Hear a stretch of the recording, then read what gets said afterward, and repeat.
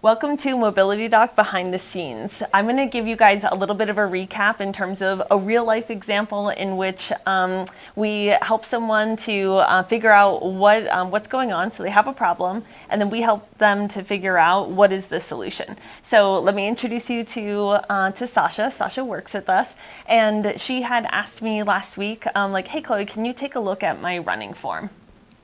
Yes, so I only just started running recently, trying to seriously get into it as a hobby. A little bit of history for myself. I used to be a professional figure skater. I had a knee injury quite a few years ago that still kind of flares up from time to time. While I was running, I kind of noticed that it felt like I was uneven, almost like I was limping, favoring. It just didn't feel right. So. Yeah, so then Sasha had asked, Chloe, can you take a look at my form, kind of see what it is that I'm doing wrong? Now, just given her history of knowing that she has this right knee issue, I kind of had some general ideas of there are these typical patterns that people have when they've kind of learned to compensate for one injury and then it ends up kind of exposing itself in some other way. So Sasha had also described this idea of feeling like she couldn't use her hamstrings, right? So often as runners we talk about, oh, you need to use your hamstrings and glutes. We need to do all this posterior chain strengthening and stuff like that. But here's one of the biggest things that I end up seeing in terms of the pitfall is that you don't have the proper foundation to actually utilize your glute and hamstring activation. So what we first had to make sure of is okay, well, what's her foundation like? So, does she have the prerequisite flexibility to be in that position? And then also, does her brain understand what it is she's supposed to be trying to do when you activate your glute and hamstring? You can do all the bridges in the world, you can do all the planks in the world, but your brain though has to know what to do with that information. Spoiler alert, mine doesn't. But it will. It will. So what I noticed with Sasha, and this is one of the most common things that I see, is that when she would step on this right side, her pelvis would drop. So when she would step on her left side, her pelvis would stay even, and then she was able to extend her hip and push off. The other thing too is that her whole foot and knee is slightly turned out to the side. This is really common when you have a history of some type of knee or ankle issue, or even a history of a low back issue. It's really common that your pelvis drops and also your foot turns out to the side. What ends up happening though is that you're unable to utilize that glute and hamstring the way that you're supposed to. Now the thing is, Sasha doesn't have any pain right now, and I actually even said to her when I was looking at her form, I was like, it's actually pretty good, right? A lot of times people end up coming to us after they're a little bit more broken, they kind of just keep trying to do something. Sasha has watched enough of our videos to know that it's best to be proactive, so that's what she was doing. So sometimes what ends up happening is that with that same hip dropping and then also the foot turning out to the side, you also see this kind of winging that happens with your foot. So if you notice that you hit your feet a lot when you're running, or that you notice that say it's muddy and then you have these marks, these mud marks on the inside of the opposite calf, that's a pretty good indication that you're probably doing one of those two things. The good thing though is that this is all correctable. So Sasha and I came up with a plan in terms of she's going to do a primer to address some of the flexibility, stability, and strength limitations in order to improve her technique. This is what happens a lot of times with running, is that what we try to do is we try to improve form first without improving the foundation underneath it. We need to improve the foundation first before we can correct the form. For the first exercise, one to improve flexibility, we're going to do elevated pigeon. Now, keep in mind that I'm choosing this for Sasha because of some of where her hip range of motion is at. So you can start with doing the figure 4 where you lie on your back or sit in a chair. Then you can move to elevated pigeon, and then finally you can do pigeon on the ground. Pigeon on the ground is going to be the hardest, but it doesn't mean you're necessarily going to get the most out of it by doing the hardest exercise.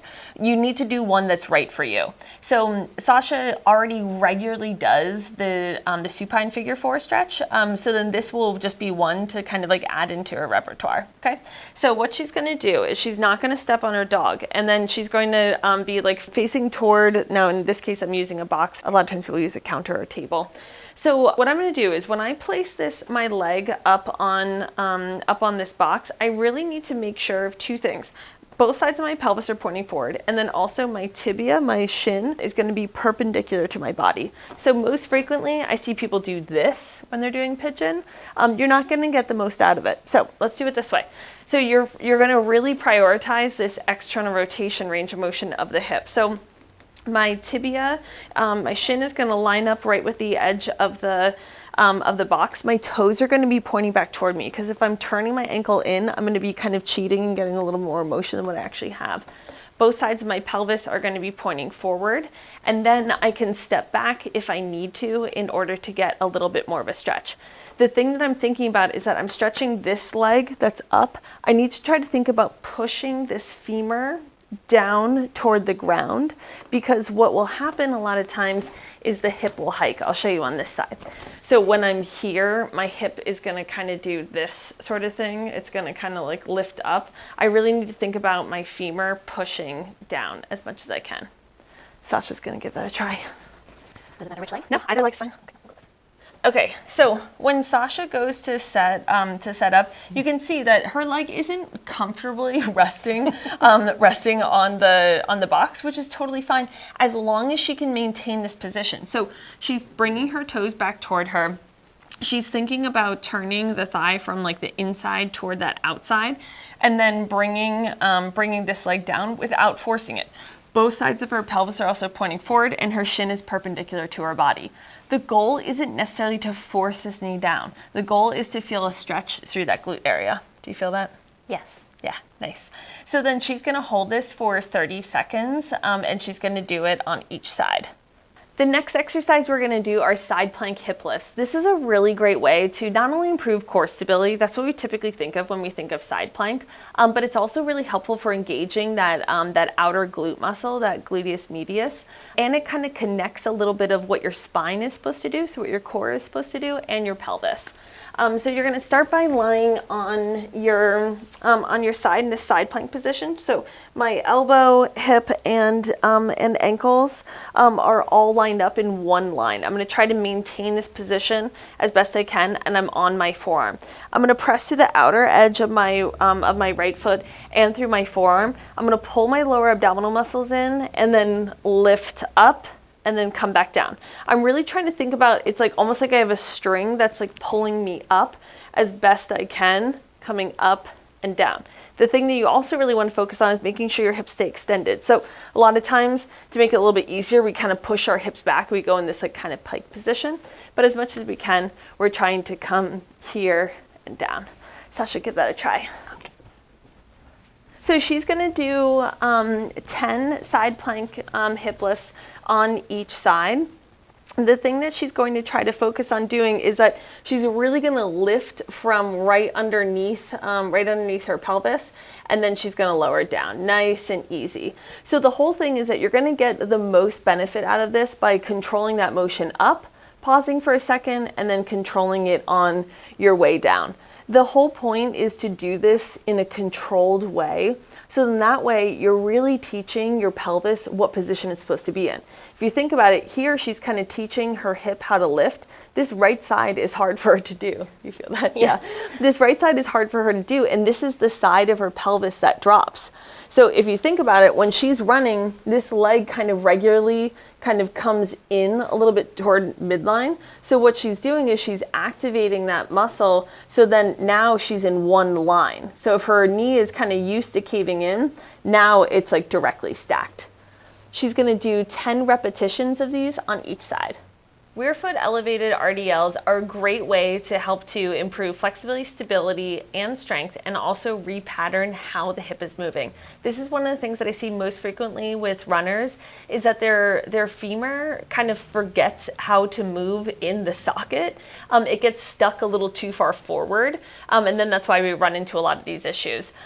So what we're going to do is we're going to start with the foot planted. I'm going to place my back leg up on something. It's going to help me to kind of stabilize, but I'm also kind of challenging a little bit of my stability.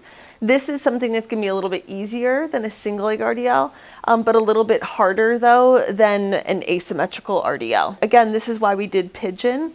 So both sides of my pelvis have to be pointing forward. And then I'm thinking about, this is the leg that I'm strengthening. Okay, so I'm pushing this hip back and then I'm coming forward. Okay, so you might need to adjust your foot just to kind of get like where it feels like you have enough space. So I'm pushing this hip back. Notice that my knee is only slightly bent, okay? Both sides of my pelvis are pointing forward, so I'm not turning open. I'm also not bending my knee too much. This isn't a squat. We're just thinking about femur pushes back and then comes forward. So you want to think about that femur head is driving back this way. That's what's going to really help with also reinforcing a little bit of where the femur should be in the hip joint. It's also really going to help with you with that turning out motion that people end up doing where they kind of run with their feet out to the side. So, Sasha, let's try. All right, so Sasha's starting with her hip over her pelvis. Both sides of her pelvis are pointing forward, and then she wants to think about moving right from that hip crease. Okay, so notice that her knee's slightly bent, but also not too bent, and it's also not hyperextending. So she's really trying to think about this whole thing is driving back toward me in order to help to strengthen some of the glute and also reinforce the position of the femur and pelvis. Nice. Good. Ooh. Sasha's gonna do 10 of these on each side. For this primer, Sasha's gonna do 3 rounds of these exercises. So she's going to do 30 seconds on each side of elevated pigeon. Then she's gonna do 10 side plank hip lifts on each side, and then 10 rear foot elevated RDLs, 10 on each side, and she's going to repeat that whole thing 2 more times.